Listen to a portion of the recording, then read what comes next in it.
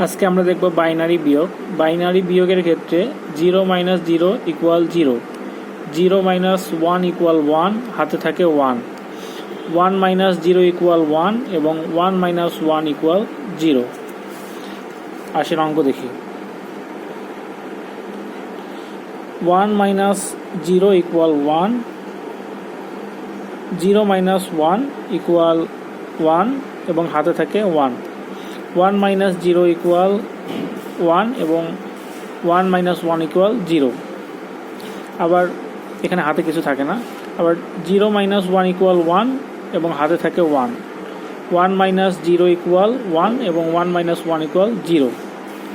আমরা লক্ষ্য করলে দেখব এই যে এইটার দশমিক হচ্ছে 21 এবং এটার দশমিক হচ্ছে 10 এবং তাহলে বিয়োগ করলে থাকলে 11 এবং এই যে 11 এর বাইনারি কিন্তু 1011।